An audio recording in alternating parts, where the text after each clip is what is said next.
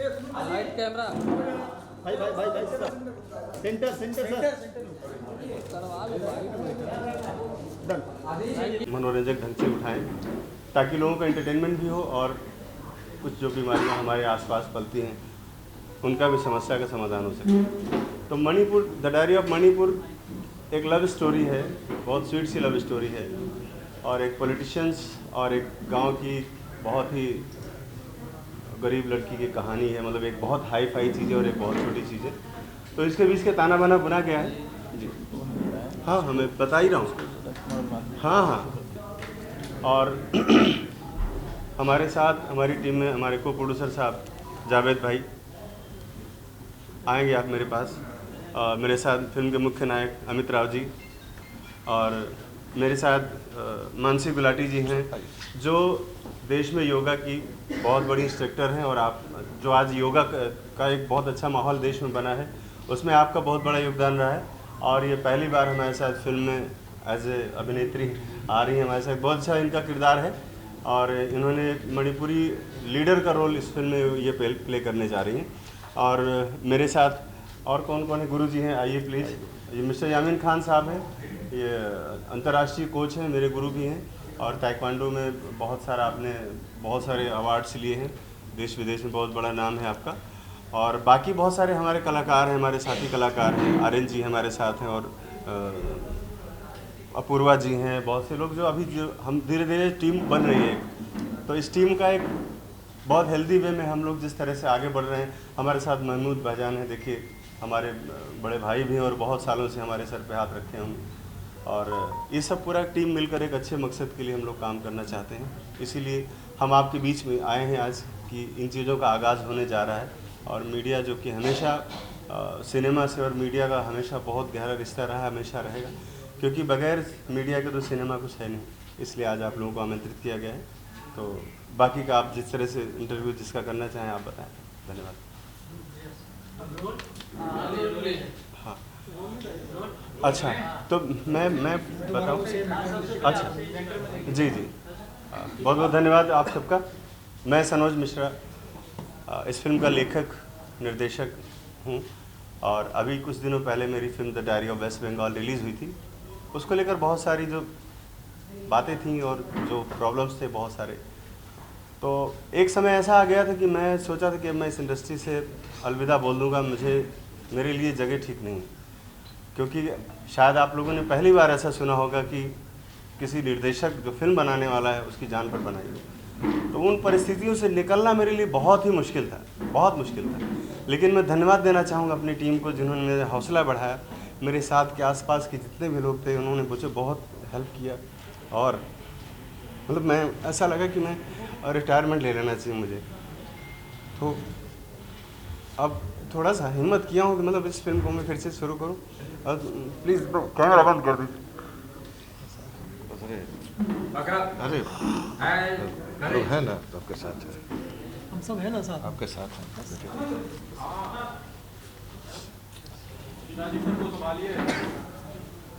Sir बहुत बहुत बधाई हो आपको। चलो सर, बहुत बहुत बधाई हो। और आपका जो साहसी कदम है एक निर्देशक के रूप में, वो बहुत ही सराहनीय है, और सभी उसके लिए बधाई देना चाहेंगे आप और आपको, और बधाई पात्र भी है। Sir, the diary of Manipur के बारे में जानना चाहते हैं? हाँ जी, बिल्कुल। की कहानी होगी। दरअसल इसमें मैंने मनोरंजन का, आम पब्लिक का बहुत ध्यान रखा है, ताकि जो लोग अभी सिनेमा से लोग दूर भाग रहे हैं, मतलब अभी जैसा आप लोग देख रहे हैं कि बहुत बड़ी कोई फिल्म आती है, बहुत बड़े स्टार की फिल्म आती है, तभी लोग घर से बाहर निकलते हैं। तो ख़ास तौर पे उन लोगों को टारगेट करके हम इस फिल्म का निर्माण कर रहे हैं कि ताकि आम ऑडियंस जो है, जो घर बैठ जा रहा है, अभी बाहर नहीं निकल रहा है और सिनेमा को मोबाइल पर और OTT पर देखना चाहता है, ये हमारा टारगेट उसके लिए है। और ये फिल्म एक विशुद्ध लव स्टोरी है जो मणिपुर के उस वायलेंस से होकर के गुजरती है, जिसमें आजकल छोटी छोटी जो प्रॉब्लम्स हो रही हैं, जिसके बारे में हम लोग TV में, न्यूज़ में इधर उधर पढ़ रहे हैं, समझ रहे हैं, तो उसके पीछे की क्या चीज़ें हैं, और वो बहुत ही मनोरंजक ढंग से लोगों के सामने लाया जा रहा है। बहुत ज़्यादा एक्सप्लेन नहीं कर पाऊँगा क्योंकि बहुत संवेदनशील विषय है, लेकिन वो हम उसकी गहराई में वहाँ तक नहीं जाएंगे। हमारा जो है मेन जो मुख्य लक्ष्य है वो है आम ऑडियंस, और एक बहुत ही स्वीट सी लव स्टोरी है इस फिल्म में। उस लव स्टोरी को हमने अभी प्लान किया है कि हम उसका लंदन में शूट करेंगे, और लंदन के शूट के बाद कुछ दिन दिल्ली का भी शूट है, और फिर उसके बाद जो भी हमारा नॉर्थ ईस्ट में पूरा उसको फिल्म को पूरा किया जाएगा। और मुझे उम्मीद है कि मतलब इस साल के मध्य तक मैं इस फिल्म को दर्शकों के सामने ले आ पाऊँगा, क्योंकि मेरा शूट जो है फरवरी फर्स्ट वीक से शुरू होने जा रहा है। फिल्म में मेरे साथ अमित राव जी हैं और एक अभिनेत्री हैं, अभी उनके साथ मेरा कुछ बातचीत चल रहा है, मतलब एक बड़ी अभिनेत्री भी हमें रखना है साथ में। और हमारे साथ मानसी गुलाटी जी हैं, जैसे मैंने आपको बताया कि आप एक मणिपुरी लीडर का रोल आप प्ले कर रही हैं, और मेरे साथ को प्रोड्यूसर मेरे एक्शन डायरेक्टर यामिन खान साहब हैं। तो अभी चीज़ें हमारी इनिशियल स्टेज में हैं, और मेरे ख्याल से हफ्ता 10 दिन में या 15 दिन में मैं पूरी टीम अपनी बना लूँगा, क्योंकि लगभग सभी लोगों से बातचीत मेरी हो रखी है। अब उसमें ये कि बहुत सारी चीज़ें होती कि भाई पेपर वर्क नहीं हुआ है तो मैं इनको शो ऑफ नहीं कर सकता। इसमें बहुत सारे अच्छे और बड़े अदाकार अभी आपके साथ फिल्म के साथ जुड़ने वाले हैं।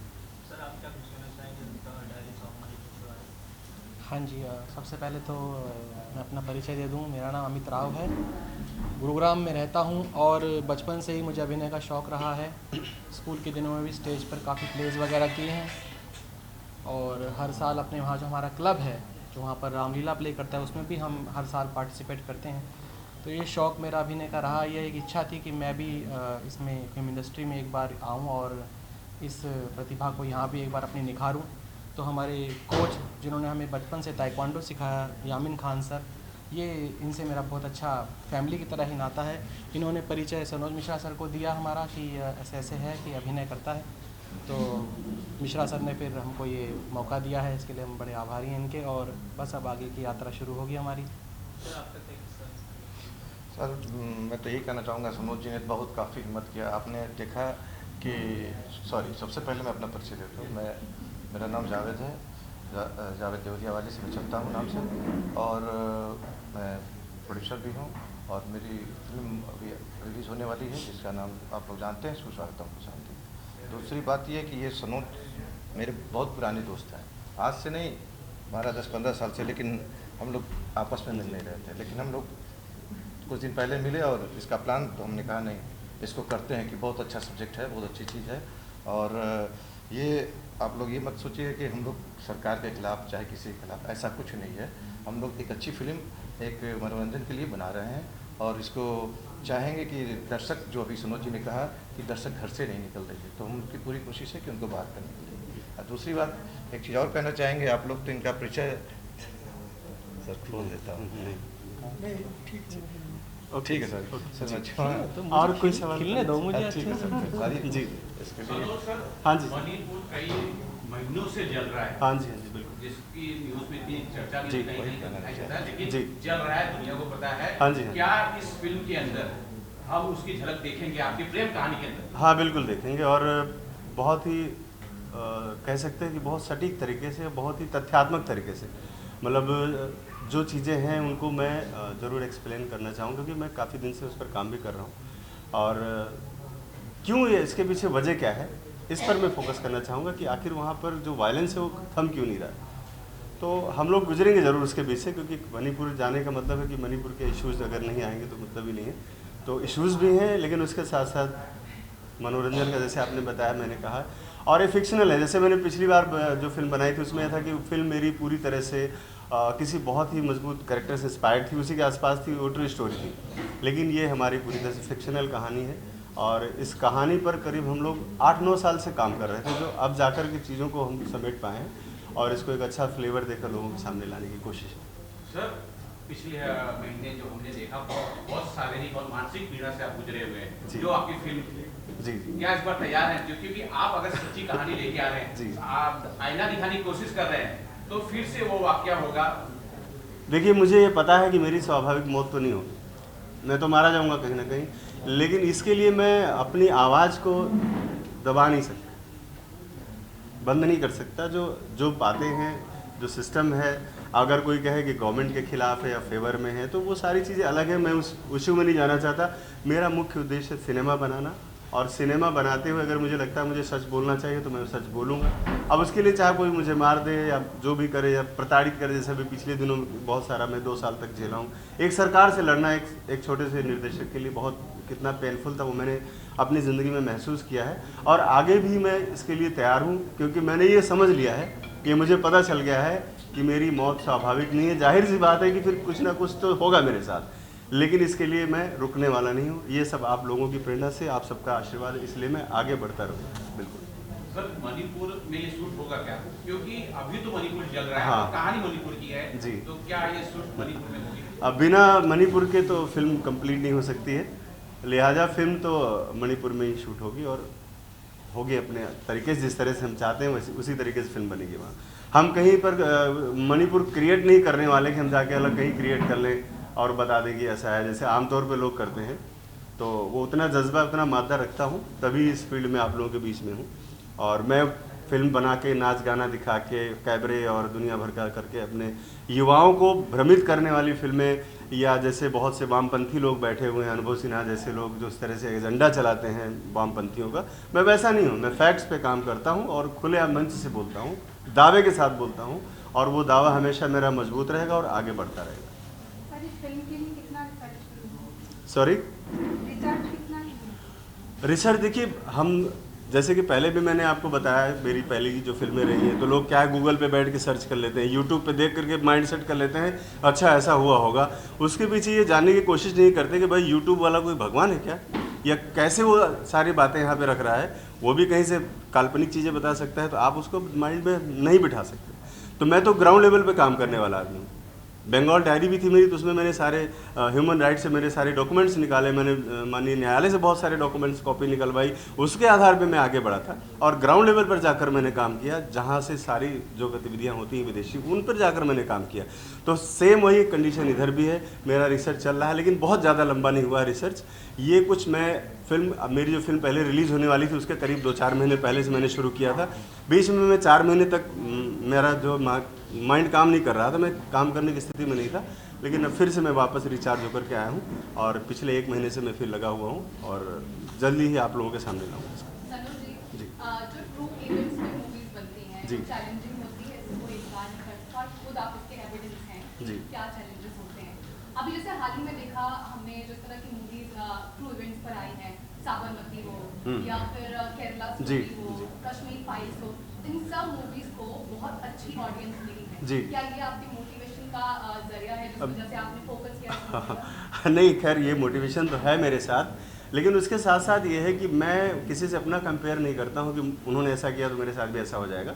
ये मेरा अलग तरीका है, मैं अपने पैटर्न पे काम करने वाला आदमी हूँ। आप इसके पहले भी एक और फिल्म आई थी इसी गोधरा कांड पर, लेकिन वो फिल्म का रिस्पांस नहीं रहा होगा, तो इसका मतलब ही नहीं कि वो निर्माता लोग सोचे कि नहीं हमें फिल्म नहीं बनानी, उन्होंने बनाया और सफल करके दिखाया।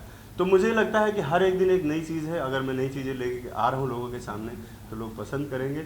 हम किसी से कंपेयर नहीं करते, हाँ, लेकिन यह ट्रू इवेंट्स है तो मुझे लगा इस पर काम करना चाहिए। इससे पहले कोई वामपंथी आके चीज़ों को ख़राब करे, तो मैं अपने तरीके से, जो मैं जिस तरह से एक देश का जिम्मेदार नागरिक हूँ, उसके साथ साथ अगर मैं फिल्म मेकर हूँ तो मेरी जो जिम्मेदारी बनती है वो मैं लोगों के सामने अपनी जिम्मेदारी से पूरी तरह से खरा उतरूँगा। आपने बोला कि ये मूवी आपकी तमाम जो पॉलिटिकल एजेंडा है उससे दूर होगी, लेकिन क्या आपको लगता है ट्रू लव स्टोरी बनाने के समय आप जो मणिपुर में चल रहा है उसको डिस्क्रिमिनेट कर पाएंगे, दोनों को अलग करना मुमकिन है ऑन स्क्रिप्ट? हाँ, ये चैलेंज है आपने जो कहा ये, और इस चैलेंज को मैंने एक्सेप्ट किया है। और मेरे ख्याल से आप जब फिल्म देखेंगे तो आपको लगेगा कि आपने जो आज बात कही थी वो मैंने उसको पूरा किया। और ये बड़ी जिम्मेदारी है, आपने जो सवाल उठाया है ये सबका सवाल ही होगा आने वाले समय में, तो ये जिम्मेदारी है मेरे ऊपर। और मुझे लगता है कि मैंने हमेशा चैलेंज को एक्सेप्ट किया है और मैं अच्छा करने की पूरी कोशिश करूँगा ताकि आपके सवाल का जवाब मेरी फिल्म के जरिए मिल जाए आपको। अच्छा, तमाम नए चेहरे यहाँ पर हैं, हम देख रहे हैं स्टारकास्ट में, तो क्या एक नई फिल्म, एक नया कंसेप्ट जो ट्रू इवेंट्स पर है, ऐसे में क्या स्टारकास्ट नहीं रखना जरूरी है क्योंकि फिल्म टाइपकास्ट ना हो जाए? हाँ, दरअसल मेरी फिल्म का जो मुद्दा होता है वो फिल्म का हीरो होता है, तो मेरी फिल्म की कहानी और मेरा जो सब्जेक्ट है वो सबसे बड़ा हीरो है। और उसके बाद अगर मैं कहीं मार्केट में निकलता हूँ लोगों के पास तो लोग बोलते हैं अरे भाई डर लगता है, लोग डरते हैं, थ्रेड से डरते हैं। अभी कोई भाग रहा है, कोई किसी को धमकियाँ आ रही हैं, तो लोग बोलते हैं भाई इस मुद्दे पे मैं काम नहीं करूँगा। तो कोई भी बड़ा एक्टर हमारे साथ काम करने के लिए तैयार नहीं होता है, तो लिहाजा हमें अच्छे मंजे हुए थिएटर के कलाकार और ऐसे लोग जो चाहते कि नहीं मैं करूँगा, मैं कर सकता हूँ, मुझे डर नहीं किसी चीज़ का, तो मैं उनके साथ काम करना पसंद करता हूँ। क्योंकि वो मेरे साथ एक, जैसे हम लोग आर्मी में लड़ाई करते हैं उस तरह से मेरे साथ इन्वॉल्व होते हैं और हम एक युद्ध की तरह से उसको जीतते हैं। तो मेरे लिए नए लोग और उनके साथ काम करना ज़्यादा कंफर्टेबल हो जाता है, बिकॉज अब बड़ा स्टार कास्ट आएगा तो बड़ी चीज़ें होंगी, बड़ा डिस्टर्बेंस होगा। और मेरे पास देखिए, मैं तो छोटी छोटी चीज़ों को इकट्ठा करके एक बड़ा बनाता हूँ। मेरे पास कोई फंडिंग विदेश से तो आती नहीं है, मेरे पास कोई वामपंथियों की फंडिंग नहीं है, ना मुझे कोई सरकार मुझे पैसे देती है। मैं अपनी चीज़ों, मेरी हैसियत, उसमें मैं बेस्ट से बेस्ट करने की कोशिश करता हूँ। और the diary of West Bengal इसका सबसे बड़ा एग्जाम्पल है, आप कभी भी देख सकते हैं। अमित जी, मेरा सवाल अगला आपसे है। सनोज जी ने बोला कि स्टार कास्ट नहीं रखते हैं क्योंकि काम करना आसान है, तो चैलेंजिंग है बहुत। आप अपनी पहली मूवी करने जा रहे हैं, ऐसे में इतना चैलेंजिंग रोल चूज करने के पीछे क्या वजह है? इसकी वजह यही है कि मैंने जब इनसे इसकी कहानी सुनी तो मुझे लगा कि मैं अभिनय के जितने भी भावनाएं हो सकती है मैं इसमें व्यक्त कर पाऊँगा, एक्सप्रेस कर पाऊँगा। मेरा जो मेन वो था कि स्टोरी तो नो डाउट बहुत ही अच्छी है और बहुत चैलेंजिंग है। अपने आप को क्योंकि मैं पहली बार पेश कर रहा हूँ तो उसमें मुझे अपने लिए काफ़ी संभावनाएं दिखी इसमें। और साथ ही साथ फिल्म का जो ये टाइटल है, जो मैटर है, जो ये भी बहुत ही ज़्यादा ही मैसेज देने वाला है। और अभी तो मतलब इतना ही मेरे को, इस कारण से बस मैं इसमें मूवी में जुड़ा इनसे। मैडम जी, सवाल को अमित जी मैं आगे बढ़ाना चाहता हूँ कि भाई जब हम करियर की शुरुआत करते हैं तो चाहते हैं कि कुछ ऐसा लैंडमार्क हो, कुछ ऐसी बड़ी चीज़ हो जो हमारे लिए ताउम्र यादगार है। आपने शुरुआत ही सनोज मिश्रा जी के साथ की है। पिछली इनकी सारी फिल्में आप आगे जब देखते हैं तो इनके खिलाफ कई सारे FIR हैं कि भाई साहब कुछ सिक्योरिटी में घूमते हैं, इन्हें सुरक्षा दी जाती है। पिछली बार इतनी फिल्म से परेशान हो गए थे कि ये गायब हो गए थे और नेशनल मीडिया में सुर्खियां बनी। ऐसे डायरेक्टर के साथ करियर की शुरुआत करना सही फैसला है? देखो, जीवन में किसके साथ क्या होना है आगे सब कुछ, मेरा तो ऐसा मानना निजी विश्वास है कि इस प्रकार अगर डर के जिएंगे तो हम कुछ नहीं कर पाएंगे। मुझे अवसर मिला, मुझे कहानी अच्छी लगी और इनका भाग्य इनके साथ है, मेरा भाग्य इनके साथ है, ईश्वर सबके साथ है। मैं आस्तिक विश्वास भी रखता हूँ, तो मुझे कोई भय नहीं किसी प्रकार का। मैं अच्छे से इस मूवी को करना चाहता हूँ और बहुत बढ़िया तरीके से काम होगा। कोई ऐसे लेकिन जब FIR होती है तो एक के नाम नहीं होती, 2-3 के नाम होती है। तो जो चिंता भविष्य में होने वाली है उसके लिए मैं अभी से क्यों परेशान हूँ, तो आगे। सनोज जी सर। बार जब आपने पेन उठाई डायरी लिखने के लिए वेस्ट बंगाल पश्चिम जी, बंगाल, हाँ जी सर जी। तब आपके खिलाफ FIR में नाम लिखा गया। हाँ। आपको पुलिस ढूंढ रही थी, आप एक तरह से कानून के शिकंजे में फंस रहे थे। उसके बाद बहुत सारी चीजें हुई। जी। आपको डर नहीं लगता? आप खतरों के खिलाड़ी बन चुके हैं, फिर से एक बार आपने पेन निकाली है डायरी लिखने के लिए मणिपुर, और मैं दावे के साथ कह सकता हूँ कि इस बार आपने फिर से एक बार आग में हाथ डालने की कोशिश की है। सर एक्चुअल में मुझे जब लगा कि नहीं चलो अच्छा, सब लोगों ने जिस तरह से मुझे मोटिवेट किया कि मुझे काम करना चाहिए फिर से, तो वही दारू, ड्रग्स और क्लब, पब, ये सब चीज़ें मेरे दिमाग में आती नहीं कभी। मुझे पता नहीं क्यों समझ में नहीं आता। मुझे लगता है कि हम समाज को गलत दिशा दे रहे हैं। और जो डायरी जो मैंने उठाई है, तो मुझे लगा कि देश के उस विषय पर मैं बात करने जा रहा हूँ जिस पर लोग बात करने से घबराते हैं। तो सिनेमा में कम से कम यही तो खाली नहीं होना चाहिए कि नाच गाना, और जो जिस तरह से बॉलीवुड बदनाम है, तो बदनामी का हिस्सा तो मैं नहीं बनना चाहता हूँ। इसलिए मैं अकेला चलता हूँ, एकला चलोरे वाले सिस्टम में हूँ। और मैंने जैसे आपको पहले भी कहा है कि मेरी मौत स्वाभाविक नहीं है, किसी दिन वीर गति होगी और उसके लिए मुझे कोई अफसोस भी नहीं होगा, क्योंकि मैंने पता है कि जीवन मेरा नश्वर है, आज नहीं कल तो जाना ही है। लिहाजा मैं कुछ बड़ा काम करके जाऊँ, बस मेरा यही है सर। आप तो अपने बारे में सोच रहे हैं, लेकिन आप अपनी धर्मपत्नी के बारे में भी सोचिए। जब आप पिछली बार गायब हुए थे, जब आपका आता पता लापता था, मैंने उनसे फोन पर बात की थी, शायद मेरे पास कॉल में रिकॉर्डिंग भी होगी। रो रही थी वो, परेशान थी और कह रही थी कि मेरे पति का पता नहीं क्या हुआ, वो घर से निकले एयरपोर्ट के लिए और बंगाल से वो गायब हो गए। सर, आप परिवार के बारे में सोचिए, उनके लिए कम से कम चिंता ही कीजिए। सर देखिए, परिवार तो मेरा पूरा देश है, तो मुझे पूरे देश की चिंता है। जब थोड़ा सा आप बड़ा कभी सोचते हैं ना, तो घर परिवार, चौका चूल्हा, गैस सिलेंडर से ऊपर उठकर थोड़ा सोचना चाहिए। तो मैंने भी थोड़ा सा अपनी सोच को बड़ा किया है। मुझे लगता है पूरा देश मेरा परिवार है। अगर कहीं से कुछ तकलीफ है, किसी को दुख है, मेरा परिवार जी रहा है, वो जीता रहेगा। और किसी के रहने और ना रहने से कुछ ख़त्म नहीं होता है, किसी के मरने जीने से कोई सिस्टम बदलता नहीं है, सब दुनिया ऐसी ही चलती रहती है। लिहाजा आपका जो कैलकुलेशन होगा, आपका जो जाना जाएगा, आपको खाली आपके कर्मों की वजह से जाना जाएगा। और इंसानी कमजोरियां होती हैं फैमिली में, परिवार है, माँ बाप हैं, बच्चे हैं, सब चीज़ें हैं। उसके साथ साथ देश भी है। तो मुझे लगता है कि देश सर्वोपरि है और परिवार चलता रहेगा मेरे ना रहने के बाद भी उसी तरीके से चलेगा। अमित जी से सवाल है। अमित जी, मुझे जो जानकारी मिली है आपके बारे में, आप बॉलीवुड के एक बड़े एक्टर राजकुमार जी के भाई हैं, राजकुमार राव साहब के भाई हैं। क्या उन्हें ये बात पता है कि आप ऐसी किसी विवादास्पद फिल्म का किसी कंट्रोवर्शियल डायरेक्टर के साथ काम करने वाले हैं और कहीं ना कहीं इस चीज का असर शायद उनके करियर पर भी हो? आपने इस फिल्म को करने से पहले क्या उन्हें कंसल्ट किया था, कोई बातचीत हुई आपकी? देखिए, हम जॉइंट फैमिली में रहते हैं। हम सिर्फ 2 भाई नहीं, हम 4 भाई हैं। एक डेंटिस्ट है, एक डीलर है और एक एक्टर है और एक अब मैं अब इसमें पदार्पण करने जा रहा हूँ। मैं कभी भी ऐसा नहीं करता कि एक ही भाई को साथ लेके चलूँ, पूरी फैमिली को लेके चलता हूँ। सबसे मैंने कंसल्ट किया है और उन्होंने कहा है कि आप इसको ज़रूर आगे बढ़ो और करो। बाकी अगर फैमिली की बात करनी है तो विशेष समय निकालेंगे आपके साथ अच्छे से, कोई दिक्कत नहीं। अभी इस मूवी पर रहते हैं क्योंकि मेरा फोकस अभी इस मूवी पर ही, अपने पहले प्रोजेक्ट पर है। अमित जी, आपका नाम आए राव सुनकर सबके दिमाग में घंटी बजी कि आप राजकुमार राव जी के रिलेटिव हैं, भाई हैं। सवाल मेरा ये है कि जिस तरह से हमने देखा है बॉलीवुड में ऑलरेडी बहुत धमाकेदार भाइयों की जोड़ी है, आयुष्मान खुराना और आकाश खुराना की। उम्मीद करें कि अभी आने वाले वक्त में हमको एक और धमाकेदार जोड़ी बॉलीवुड में मिलने वाली है, अमित राव राजकुमार राव जी के साथ। देखिए, अभी तो मैं यही चाहता हूँ कि आप प्लीज़, मैं ये रिक्वेस्ट करना चाहता हूँ कि अभी हम फोकस्ड रहें इस चीज़ पर।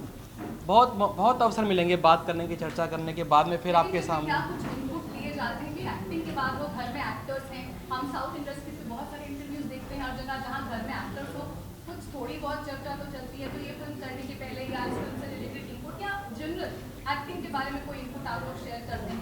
मैं मूवीज़ देखता हूँ, वहाँ से लेता हूँ प्रेरणा और कैसे कैसे किस प्रकार के इमोशंस किस तरह से एक्ट किया जाता है वो सीखता हूँ और उसके बाद अपना इस प्रकार का मैं बनाता हूँ आगे। और अभी ये मेरा एक्सपीरियंस आगे जाएगा देखने। अभी तो मेरे को एक्सपीरियंस यही है देखने का। अब आगे अब मैं इसे सीखूंगा भी और करूँगा भी और आपके सामने प्रस्तुत भी किया जाएगा। मानसी जी, आप योगा से डायरेक्ट मूवी में ये जो ट्रांसफॉर्मेशन है, किस तरह से आपने इस चैलेंज को डील किया है? एक्चुअली मैंने योग शुरू किया था जब मैं 9 साल की थी और मैं 18 किताबें भी लिख चुकी हूँ।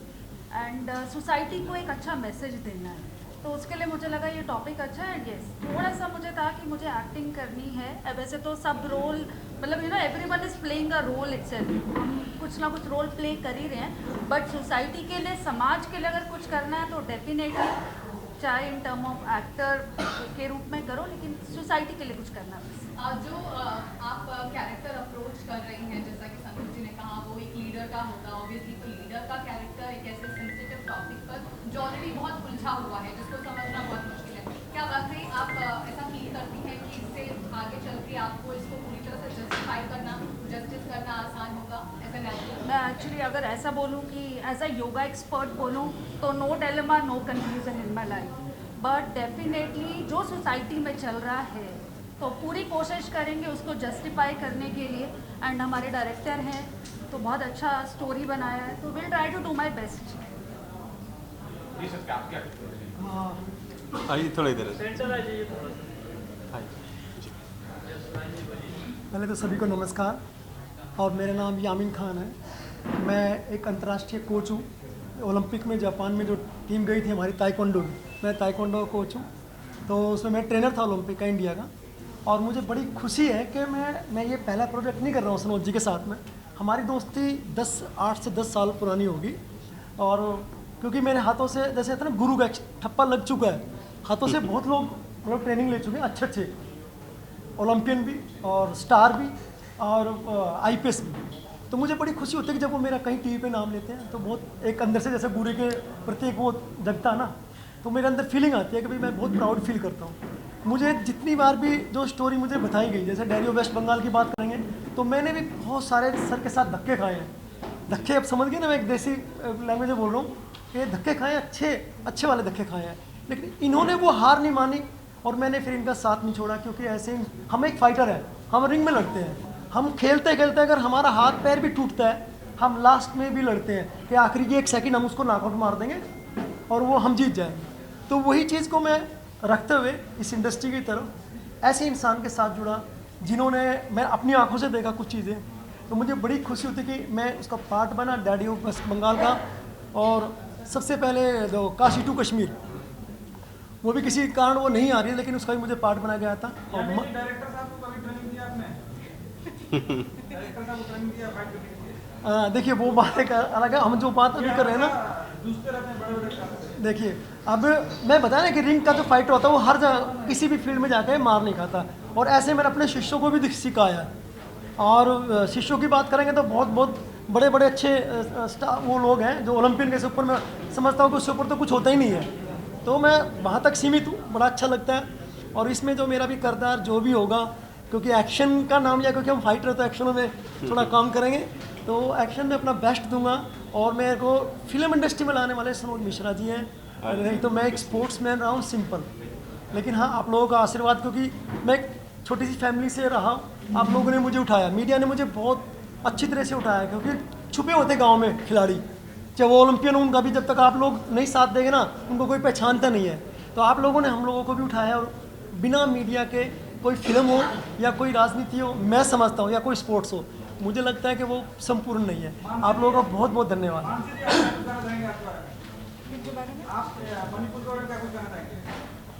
मैं बताऊं आपको, मैंने वही अभी बताया कि मैं 9 साल की थी तब से योग कर रही हूँ। योग बहुत ज़रूरी है जीवन के लिए, जीवन जीने की कला है ऑफ कोर्स। एंड ये जो टॉपिक है वो इतना हमें पता है जो हमारी कंट्री में हो रहा है। एंड धीरे धीरे करके मैं सनोज जी को भी बहुत तहे दिल से बधाई देना चाहूँगी कि उन्होंने इस टॉपिक के ऊपर मूवी बना रहे हैं, स्टोरी बना रहे हैं। तो डेफिनेटली सोसाइटी के साथ हमें काम करना चाहिए। तो मेरा तो पूरी तरह इनका मतलब लाइक सपोर्ट रहेगा, और मैं चाहूँगी आप लोग भी तहे दिल से सपोर्ट करिए। मैम, क्या आपके मन में भी कोई संकोच या शंका है कि जैसा फिल्म के टाइम में सर्किल हुआ था कि ये भी कॉन्ट्रोवर्शियल होता है, कुछ तो ज़रूर होगा? इतना सोचना नहीं चाहिए ना लाइफ में।